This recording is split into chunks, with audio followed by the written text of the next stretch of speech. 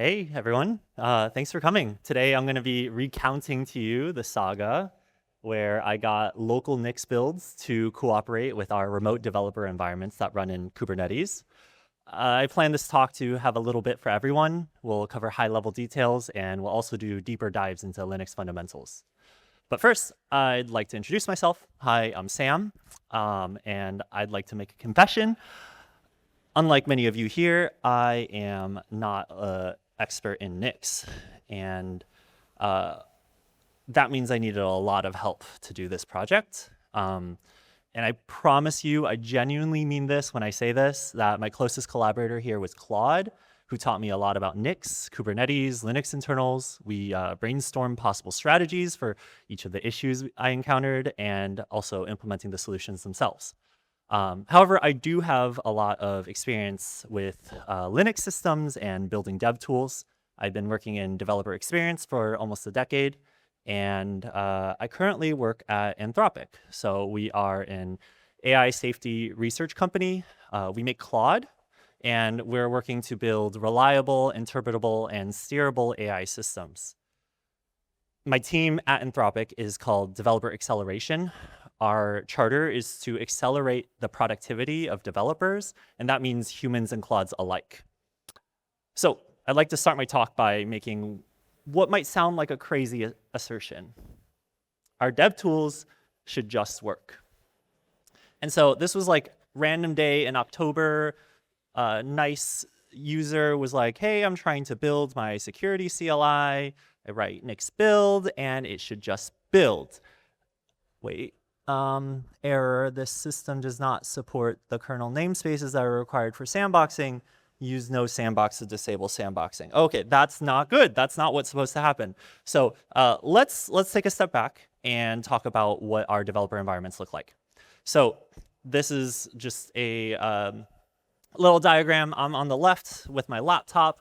I can SSH into a Kubernetes pod. That's my dev box.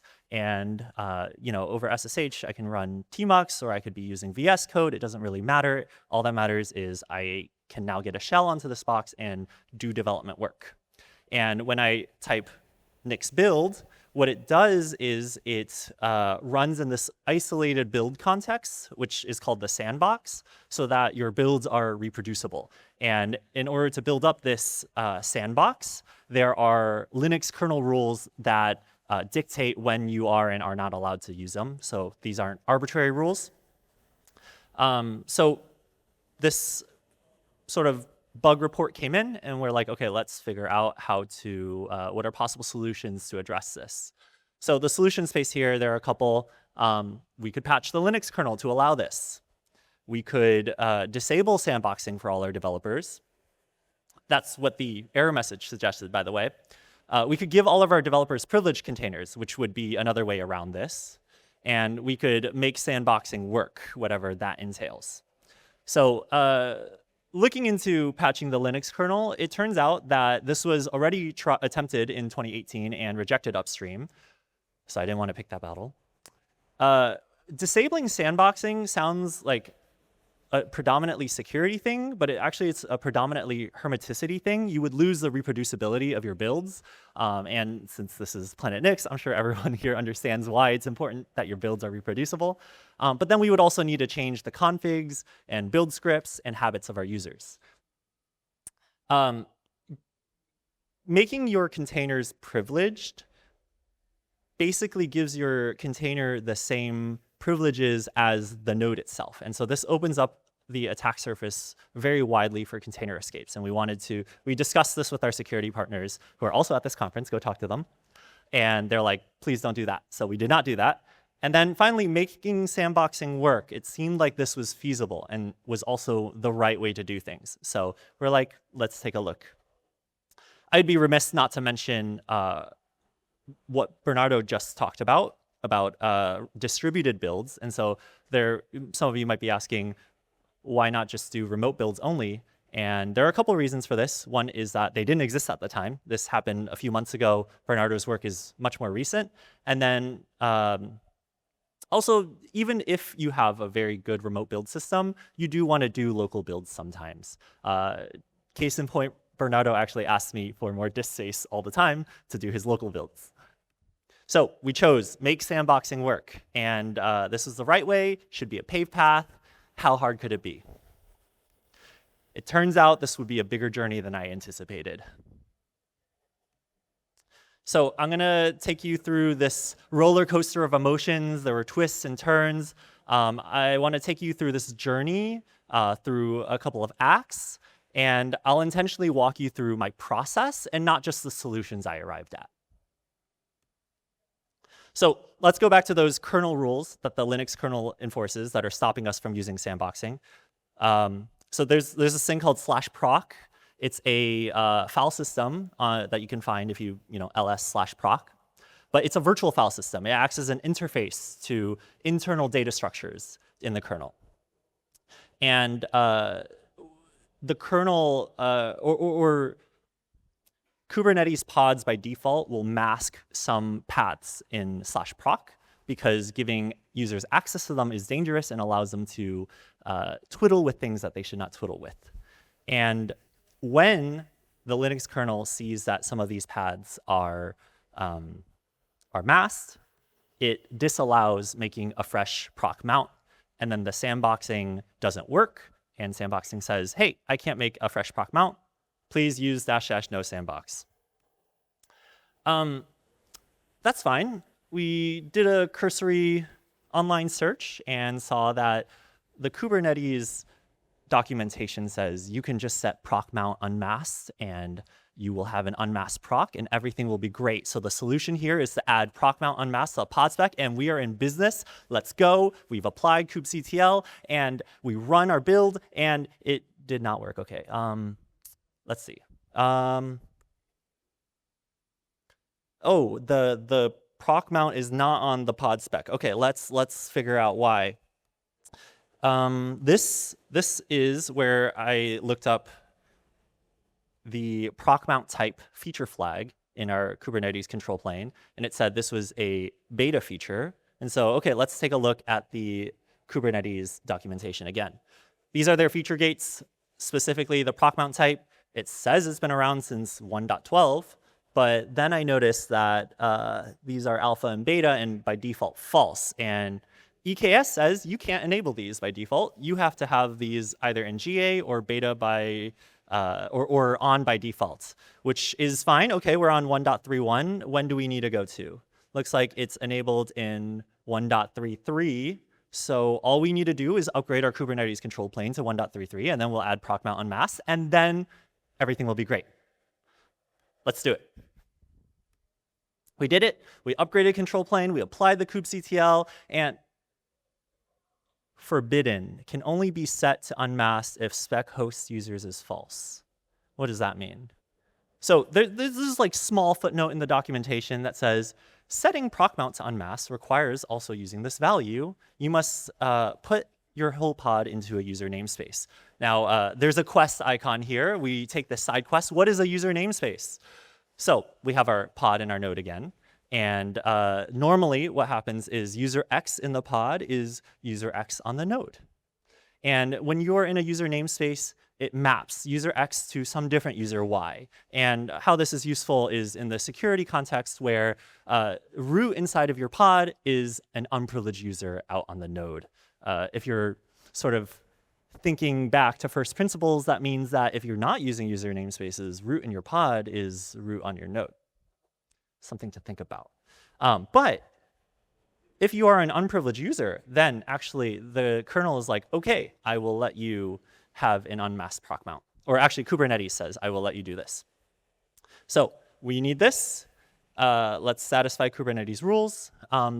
Just a little bit of background, our dev pods are not just raw Kubernetes manifests. We actually configure them using Terraform, which is infrastructure as code. And so we use this resource from the upstream Kubernetes Terraform provider called Kubernetes stateful set. So we just need to add host users equals false to our Terraform config, plus the proc mount equals unmasked, and everything will be fine. And we Terraform plan, and we're in business. An argument named host users is not expected here. Huh. Why does it not support it? oh, looks like someone had asked for support some time ago, and it was closed as not planned because it was an alpha. I have made an issue on their GitHub repository to now support it, but I can't wait. We got to find a different way. So talked with Claude a lot about this. We were sort of theory crafting, and one of the solutions was, what if we allow Kubernetes stateful set to create the stateful set, and then afterward we immediately launch a local exec that does kubectl patch stateful set, and we just add these host users false and proc mount unmasked onto the spec. And this worked. This actually worked for quite a while, and it might feel a little bit rickety put together with duct tape, and you would be right. So eventually, this did cause some problems because we're doing this like post hoc patch where we are just doing something, and sometimes there's a race condition where in the same reconciliation loop, you're like saying, oh, also do this. And the kubelet was not very happy about this. And so theory crafted with Claude some more. This is about 2 months later. And this was actually something that I had, we had like thought of as an approach before to migrate to Kubernetes manifests. But, and just as background, Kubernetes manifest allows you to just put basically your raw YAML into this Terraform resource. It allows you to do things that are not just supported upstream or like already encoded into the official resource. But I decided against this because like this would be like a 2,000 line PR doing one-to-one mappings, but like no one would actually read it. And then I didn't really understand it. My teammates didn't really understand it. And we have a whole team that's meant to support this. And so I wanted to do something that was actually sustainable for our team. But it turns out that we just needed to do this because the other solution was not it. And so this is approximately what it looks like. You could just put things into the spec and it works. And we had a giant PR and Claude did all the one-to-one mapping and it worked like a charm actually. So we did it. We can run Nix build and, well, okay, it's a little bit anticlimactic, but that means it worked. So let's just like do our due diligence, make sure our pod is healthy, check it, and everything is not fine. Okay, we have 1 of 3 containers ready. Why is this? Which container is not happy? And it's the Tailscale sidecar. So I want to back up a little bit. So we don't actually only have this dev container in the pod. We actually also have this Tailscale sidecar container. And for those of you unfamiliar, Tailscale is kind of like a VPN. It's an internal only mesh network for corporate devices. It allows you to connect your developer environment to other resources on the corporate network that you might need to access, but you don't want to make available to the public internet. It does fancy networking magic like configuring network interfaces, installing routes, doing IP tables, setting up what they call magic DNS, and then running a daemon to connect to the tailnet, this intranet. And in order to configure network interfaces, the Linux kernel has you talk to this, what's called a char device called devnettune. And if we look at the Kubernetes logs for this container, it says devnettune no such file or directory. So obviously the solution is just pass through devnettune to the Tailscale sidecar. Is just like a little oversight. This was not a thing previously when we weren't in user namespaces, and everything will be fine. So we just add it to the manifest. Boom, we get the pod, and actually now we're at 0 is ready. What is going on here? Let's take a look at the error code. And oh my goodness, this is saying something about OCI runtime and container D and mount at your ID. I don't know any of these words, to be honest with you guys.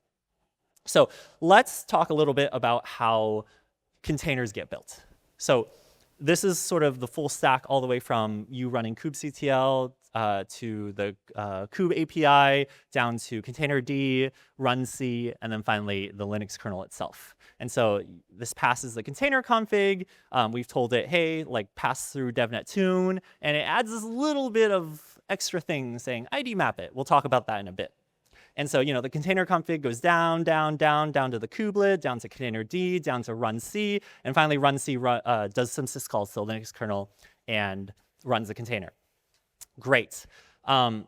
Claude was like, hey, this is a fundamental limitation in the entire chain of how this works. You can't really get around this. Like, they are hard coding that we ID map everything. Maybe pick a different route. So I was like, okay, like let's make Tailscale work somehow. Sorry. The reason why we need DevNet tune is we pass through this and we say, hey, like now you can use it. The reason for the error code earlier is because remember how we mentioned that like we are mapping the UID 0 to UID 100,000 outside. Well, DevNet tune outside is owned by UID 0, and what is that inside? Actually, that's undefined. And so the kernel says you're just never allowed to ID map char devices. Just not, you can't do it. And then this is when Claude says like, yeah, you can't do this. So took a happy little detour here. This was a scrapped approach. And for this approach, we, or what I did was like I had, rather than putting the Tailscale container as a sidecar inside the dev pod, it was just like a sibling pod next to the dev pod, and it would do ns-enter into it. I'm going to gloss over this for the sake of time, but feel free to talk to me about it later. This actually worked, but I felt like it would be a maintenance burden. It was highly complex and had a lot of moving parts, and I felt like it would be unfair to sort of just throw this into the hands of the rest of my team to sort of be on call for. So I said to Claude, hey, let's get creative. What can we do here? What if we monkey patch runc? So we did. And so what this is when container D passes the container spec to runc, it passes this as a JSON file. And so when we pull new nodes into the fleet, we inject a bash script that wraps runc, and then we check if that JSON file is passing through DevNet tune. And if so, we remove the ID mapping, pass it along, everything is to the real runc exec, everything is happy, and this worked. And so boom, we get the pod, boom, Tailscale is happy, something's not happy, let's take a look at what it is, and it is Docker sidecar. So we're at PlanetNix. Why am I talking about Docker? Well, this is not about Docker builds, but more about running Docker containers. And our, sorry, I also lied to you guys earlier. We do have yet another sidecar container here. And this is where our product developers who run microservices will run their microservices inside this container, or containers inside that container. And that container needed to be privileged. And so that actually doesn't work because we're now in a user namespace. And so we needed to find a different way. I went back and forth with Claude a lot on this. And in the end, and I tried a lot of things to try to get this to work. And I'm glossing over a lot of details just because like it was dead end after dead end after dead end. But overall, decided, hey, let's rip out the Docker sidecar entirely. What we should do is actually put in what's called Docker D rootless, which is a way to run Docker nested inside of Docker, or rather to run Docker as a rootless user, as unprivileged, and then they'll run their microservices inside of here. And in order to do this, also we sort of got a kickback from our earlier thing with Tailscale where we needed DevNet tune because that creates a network interface. And so with this, things were good. Docker run, boom, we get it. Awesome, let's double check that things are healthy. Boom, okay, everything is good. Our containers are all healthy, and we are so back. Let's talk about rollout and testing. Just real quick, just because we've implemented this, we haven't gotten it in front of any users yet.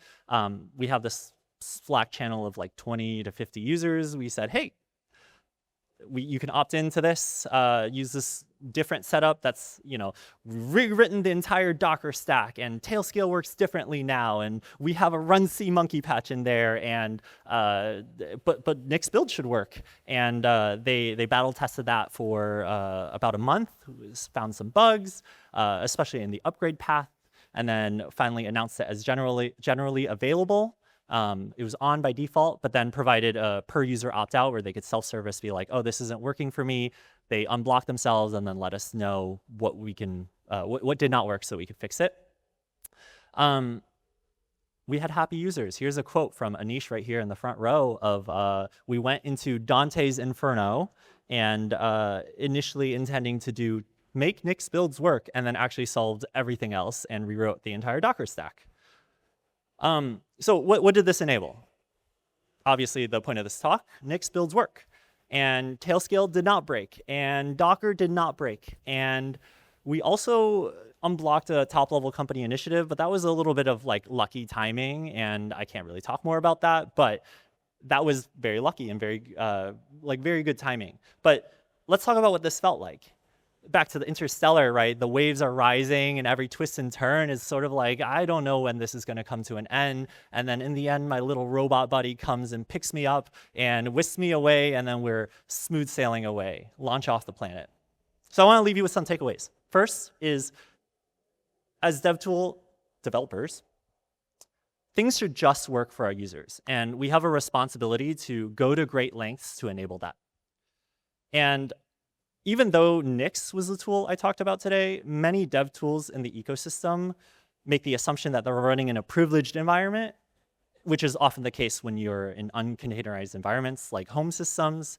And so perhaps you've heard about how difficult it is to get native Docker and Docker working, at least if your outer container is not privileged.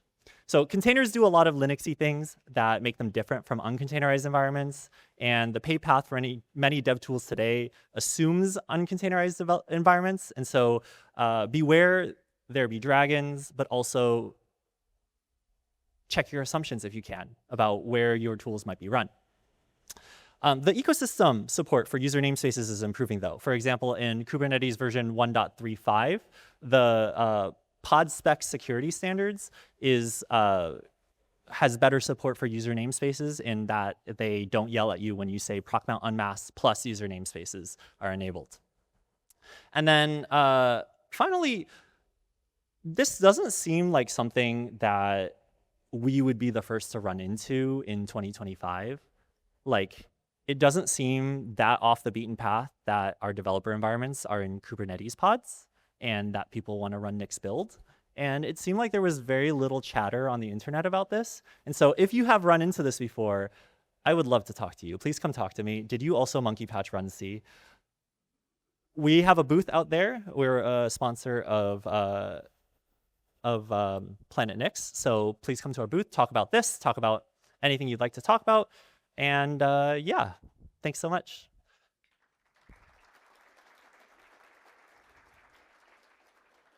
Do we have time for questions? Couple of minutes. Yes. So this all works with remote builds as well, right? Yeah, this should still work with remote builds. What's the max jobs that you set? Like how many builds do you allow users to do locally? To do locally? Well, we constrain the assertion that each node only has one pod. And so I think users can just build with as many CPUs as they want. And if they sort of brick their pod, that is a little bit on them. That being said, these are pretty beefy machines. And so I think no one really has pushed these to their limits. Do they have to choose to do remote builds? I'm going to have to defer to Bernardo for that one. I don't know if remote builds are sort of on by default, but that might just be a process of rollout and they'll eventually be on by default. If they're like opt-in right now, maybe they'll eventually be opt-out. Remote builds are just so new and for us. And yeah, we need to just roll it out slowly as with all things. Yeah.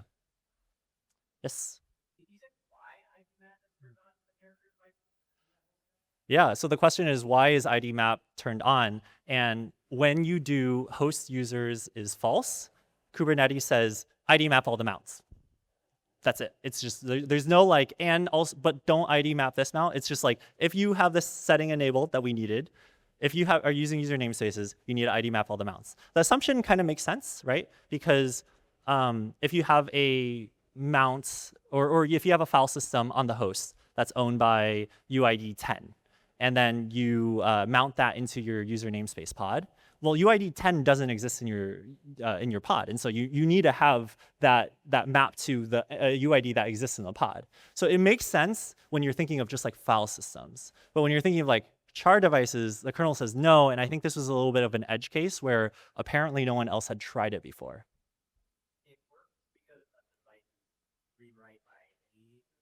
It works because the device is read-write by any user, but then the kernel does other checks against, like, do you own your user namespace? And so there are still, like, we're not just breaking security invariants here, but yeah, it's because it's read-write by any user. Yeah.